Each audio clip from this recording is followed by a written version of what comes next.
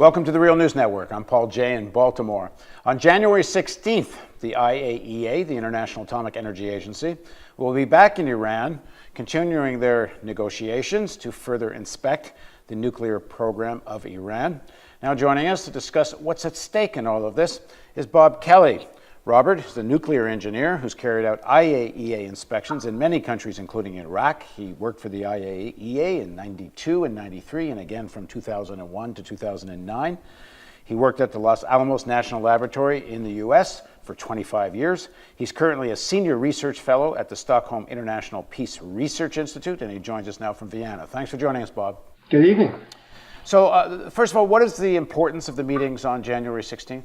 Well, this is another in a series of meetings that IAEA has been holding on what's called the political, military dimensions, possible military dimensions of Iran's program. They've been going on now for well over a year, and each meeting ends in a communique that says we're just about ready to close a deal. The deals don't seem to get closed. It's mostly about going to a site in Iran, near Tehran, called Parchin. Parchin is a very large military explosive plant, and the IAEA thinks there's something there they need to see. Okay, so this is, as you say, there's been a sort of a pattern before these meetings with sort of expectations raised that everything's going to get sorted out, and then IAEA comes back disappointed they didn't get what they wanted. But there's some specific issues that the IAEA has been raising that they say Iran is not cooperating with or is trying to hide something. So let's go through these issues one by one. And I have to say I'm not an expert in all of this, so I've asked Robert to help me with the questions I'm asking because I'm not sure I know all the right questions to ask. So here's question number one. Did Iran demolish the buildings the IAEA wants to visit, which is something they are accusing Iran of? What's your answer to that, Bob?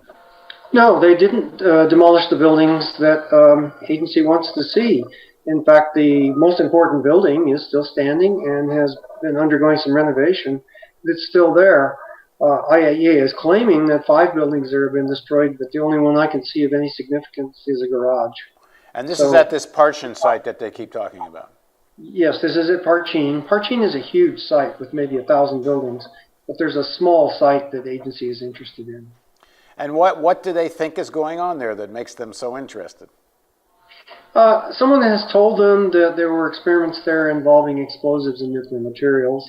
The agency has not been able to make a good case that that's true, but they seem to dogmatically believe it because someone has told them that. And that's someone we think is probably Israel. Well, some external intelligence agency certainly has spoken to IAEA and given them information, which the agency is not sharing with the public, except in bits and pieces. So they believe that if there were explosives there involving both uranium and explosives, then that would probably be a violation of Iran's safeguards agreements, international agreements, and would lead to some kind of sanctions. So if we look at these photographs, what we're seeing is it looks like there's been construction activity around this, what you're saying looks like a garage, and the IAEA is suggesting they're trying to clean up, cover something up. What's your take when you look at these photographs? Well, the large, long, white building that you see in the image is much bigger than the garage. The one that was torn down was about the size of a 4-car garage. But that big white building supposedly contains a great big steel explosive containment chamber in which Iran has been doing experiments.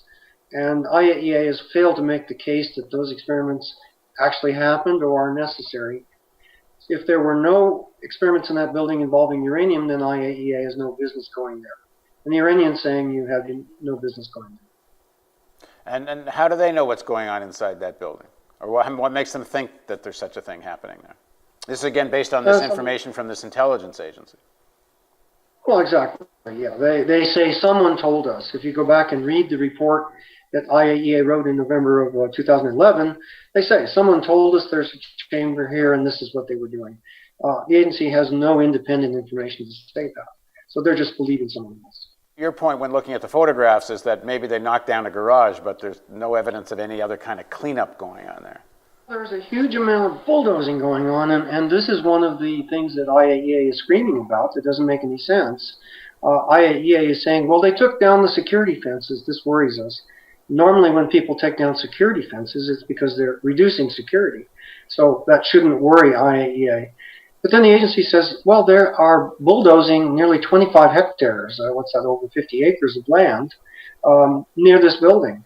What they don't point out is it's far from the building in normal terms. It's as if it's saying, we're worried about something that's happening in the White House, and someone is bulldozing the mall near the Capitol, and that worries us. There's no connection between the two things. Now, immediately around this building of interest, they have taken out some parking lots and done some bulldozing, but that won't affect the way the IAEA takes samples. What do the Iranians say is going on in that area around the bulldozing and the garage and that? I don't believe that the Iranians have made any public statement. I haven't seen it, so if they've said anything, I have not seen any such statement.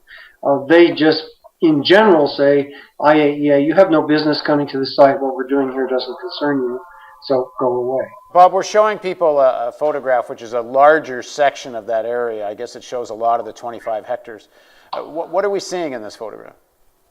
Well, I think a good analogy there would be to say it's like the Washington Mall. You see that red zone is very long and thin. It extends in both directions away from this building more than a half a kilometer. And in that area, there have been lots of piles of dirt and old trees and things that are now being flattened out. The area in yellow is the area right next to the building that one might argue if there was uranium to be found on the ground there, this is the area that one might look. And then that area in yellow, Iran has in fact done some bulldozing. But immediately to the other side of the building, you see in green, right next to the building, they've done nothing. They've done nothing at all. And it's very clear why this is happening. The area in green is a rocky cliff. And that all along that red area is a rocky cliff. So the area that's flat inside the red boundary is being flattened as a construction site. And the rocky cliff is not, because you don't build buildings on a rocky cliff. So the IAEA is suggesting that all this bulldozing could prevent them from looking for uranium samples. What do you make of that argument? That's a pretty specious argument. When you look for uranium environment, particularly when they're looking for traces of a few grams that might have been handled inside that white building, you do it with very powerful sampling techniques that involve very clean wipes, and you look at corners and crevices inside the building and try to take small samples. You don't take samples of dirt. That's not how sampling of this kind is done for tracing things in the environment, because all dirt has uranium in it. And it's impossible to find the particles you're looking for if you take dirt samples. So the samples that they need to take are inside the building and inside the equipment. So the bulldozing really doesn't make much difference. I would point out that there was a case where water seemed to have run from the building into a ditch.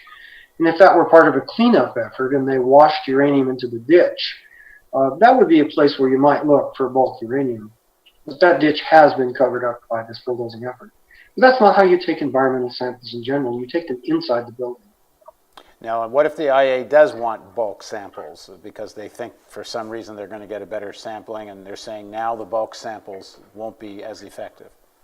Well, they'd walk out the door of the building, and they'd walk about 15 paces to the west, which happens to be down in that image, and the area has been completely undisturbed.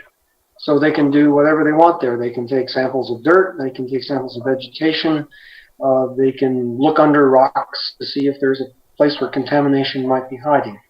So if they want to go west of the building, they don't even have to put their shoes on. That's quite easy. The IAEA is suggesting that Iran used pink tarps to cover up the site in the summer of 2012 to kind of cover up what they were doing to in terms of getting rid of some of the dirt and such. What do you make of that? Well, I find that to be somewhat hilarious. The agency says that they were shrouding the buildings with pink tarps. Normally you don't camouflage things with bright pink tarps.